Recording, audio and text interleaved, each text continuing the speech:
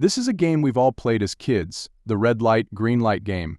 However, unlike the childhood version, in this version, if the turnip on the platform catches someone moving, their head will immediately explode and turn into a starry sky, and the eliminated player's blood will turn into marbles that make the ground slippery, greatly hindering the player's progress. The rules of the game are simple. As long as someone presses the end button, they win. But few survive because the turnip on the platform actually has self-awareness. If a player tries to rush toward it too quickly, it will sense them from behind and immediately turn around. Players who can't stop in time will be eliminated. As the game begins, a few students break the rules and turn into the starry sky. Seeing their classmates die one after another, the remaining students quickly unite and suggest that if they move forward slowly and press the button, they can survive. But this idea is immediately rejected by one student who, after speaking, advances the timer. With the remaining time decreasing, the group attempts to sprint toward the button. However, the turnip transforms into an elite form, and the students either. As the players struggle to stop, some slip on the blood-covered marbles and are eliminated by the turnip. After these eliminations, only the smart-eyed boy and a trembling boy who doesn't dare to move are left. Even more terrifying is that there's only half a minute left on the clock. The smart-eyed boy carefully analyzes the situation and realizes that with such little time left, it's nearly impossible to press the button while navigating through the obstacles of bodies and marbles. So, he bends down and tells the trembling boy to step on his back and leap over. Summoning his courage, the trembling boy makes the jump and presses the button in the last second, ending the game. But just as they celebrate their narrow escape, the turnip announces that only the person who presses the button can survive. The kind-hearted boy, seeing his classmates lying all around, falls into deep thought. Afterward, he meets a girl who is also a survivor. The two try to call the police, but their phones have no signal, so they attempt to flee the school. However, the doors are tightly sealed. Unbeknownst to them, the school is surrounded by a massive floating cube suspended over the city. Those inside cannot leave, and the military outside cannot enter. Meanwhile, a priest declares on television that this is the will of the gods, who are selecting their son to lead humanity and save the damned. He urges people to trust in the gods, but society falls into panic, with parents fearing for their children. What they don't realize is that this was just the first test, and already 95% of the students have perished. The girl and the boy, unable to escape, reluctantly head to the basketball court. As soon as they enter, a giant beckoning cat emerges from the ground, signaling the start of the second round. The rule for this round is to throw spirits into the basketball hoop. The huge beckoning cat shocks everyone into a confusion. But as the next phase begins, the students are terrified, frantically trying to dodge the cat's attacks. At this moment, the captain of the basketball team rises to the challenge, but was unsuccessful, leading to his tragic death. After the basketball player's death, the huge beckoning cat became even more aggressive in attacking humans. The boy, who had been observing for a while, noticed something peculiar and told his classmates to take off their mouse costumes. As expected, once they removed the costumes, the huge beckoning cat stopped attacking. However, just as everyone was celebrating their narrow escape, the cat suddenly turned and began attacking again, even more ferociously than before. After devouring a few more people, it suddenly focused its attacks on the girl. To save the girl, the boy put on a mouse costume to divert the cat's attention. The plan worked. The cat, attracted to the mouse costume, shifted its attacks back to the boy. But just as the cat was about to kill him, it suddenly stopped. At that moment, the boy heard the cat meowing. It turns out that the mouse costume allowed him to understand the cat's language. The smart boy quickly moved to the cat's back and began to soothe it, which surprisingly worked, and the cat fell asleep. The boy then grabbed the ball, ready to make the winning shot.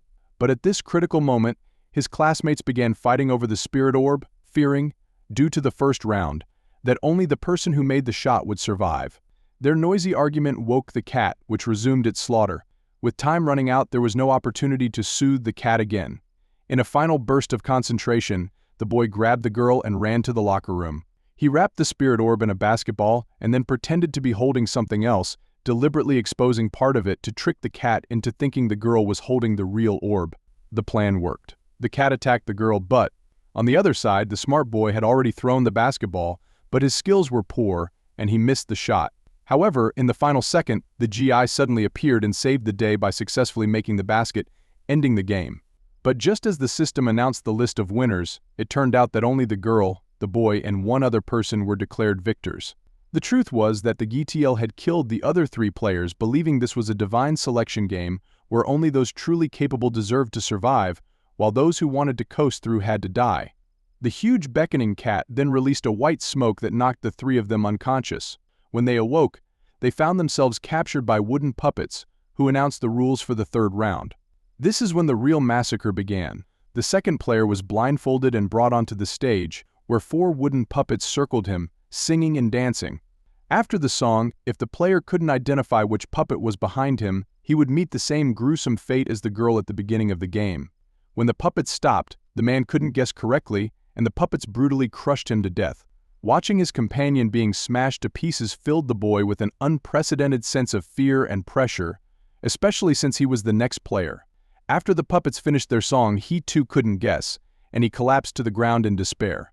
Just as the timer was about to run out, the puppet on his right spoke, but instead of responding, the smart boy cleverly identified the puppet behind him. It turns out that during the short-haired girl's turn at the beginning of the game, the boy had recorded the sound of the puppet on the left. As the timer was about to expire, he pretended not to know the answer and played the recording, tricking the puppet on the right into speaking. By distinguishing the voice, he was able to figure out which puppet was behind him and successfully survived the round. After successfully identifying the puppet, it transformed into a key. The boy and the girl left the room and encountered other players who had also succeeded. Some had guessed correctly by luck, while the girl had obtained his key by killing other players. Soon, a puppet with 7 keyholes appeared, and after everyone inserted their keys, they were transported to the 4th round. This round, named Truth or Dare, was hosted by a polar bear. The bear posed questions to the players, and if anyone lied, the bear would brutally kill them. The first question was, "What is your favorite food?" Everyone answered truthfully, but the bear claimed someone lied and then killed a random bystander. The second question was whether the players liked or disliked the boy. The group answered honestly. 3 men said they disliked him, while 2 women said they liked him. However, the bear once again accused someone of lying and killed another person. After the bear's death, the boy suddenly realized that the bear itself was the liar. Earlier, the girl had performed a trick for the boy, so he knew the girl wasn't lying. This meant that none of the players were lying. It was the bear who was deceiving them by falsely accusing others. Once this was uncovered, the polar bear's facade shattered, revealing its true form, a black bear. After successfully completing the 4th round, the group reached the final challenge, a game of tag. They had to choose one person to be it. The it player had to catch the remaining 3 players before sunset to win, while those caught would be eliminated. The last player standing had the option to kick away a can containing explosives, sacrificing themselves to save the other players from being captured.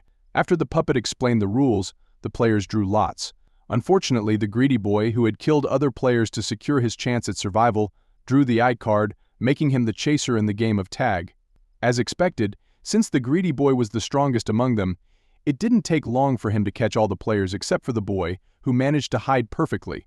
However, just as the sun was setting, the boy chose to kick the can to save the 3 caught players. But to his surprise, the can didn't explode.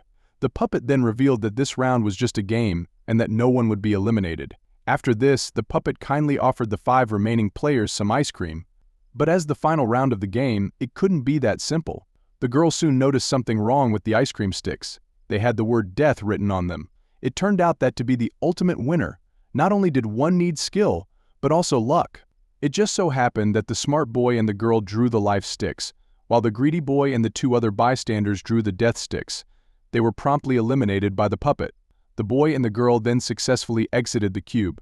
Meanwhile, other cubes around the city were also selecting their winners, with each survivor facing yet another series of trials.